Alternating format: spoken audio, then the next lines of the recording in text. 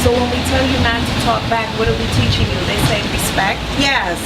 When we ask you to, speak to us in a certain manner. So it's getting them to understand we're just not here to nag you and to get on your nerves and to keep you from having fun.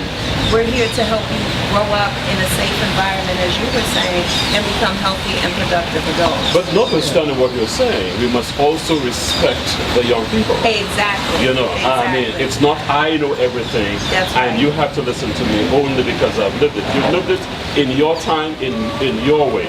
So if I have something to say, there should be the environment where I should be able to say it without being chastised or denigrated to any extent. And the other thing too is that the current environment that we have created, that we live in, has been created by adults who have gone before these young people. And so we always have to be aware of our responsibility, our role in making the change. Yes, and I'm so glad you said that, because a lot of times children will say to me, they ask me how I feel, and as soon as I go to tell them, they tell me, be quiet. And so I often have to talk to the parents and remind them to create that space, or to the teachers even so, create the space so the child can explain why they've done what they've done, why they feel what they feel. Yeah, I was listening to Jerry's talk, and I was thinking, when we started a national service to get more involved in service and benefiting from service, on the Gandhi concept that you find yourself by losing yourself in service to others. Yes. Right? And we engaged the Jamaican National Service personnel, the elders, and Reverend Abner Jones, who is the executive director of the team, said something that has always stuck with me, that all the youth that he has come across who have gone astray to one another, three things at home. They want to guidance, they want to be connected to the mainstream, they want to respect. Yes. And I think as adults, that is what we have to do. Yes. We have to get guidance, we have to connect our youth to the opportunities, connect them to what is life and what is life all about. Yes. As well as, of course, giving them that respect and say, look, I know you can be successful. I respect that you don't have to be successful in my way.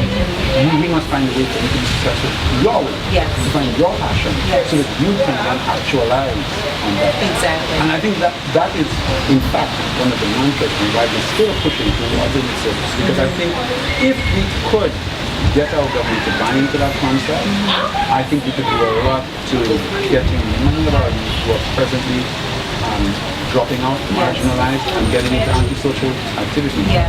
We could bring them back. I'm quite sure about that. So I'm really looking forward to achieving something like that. Wonderful.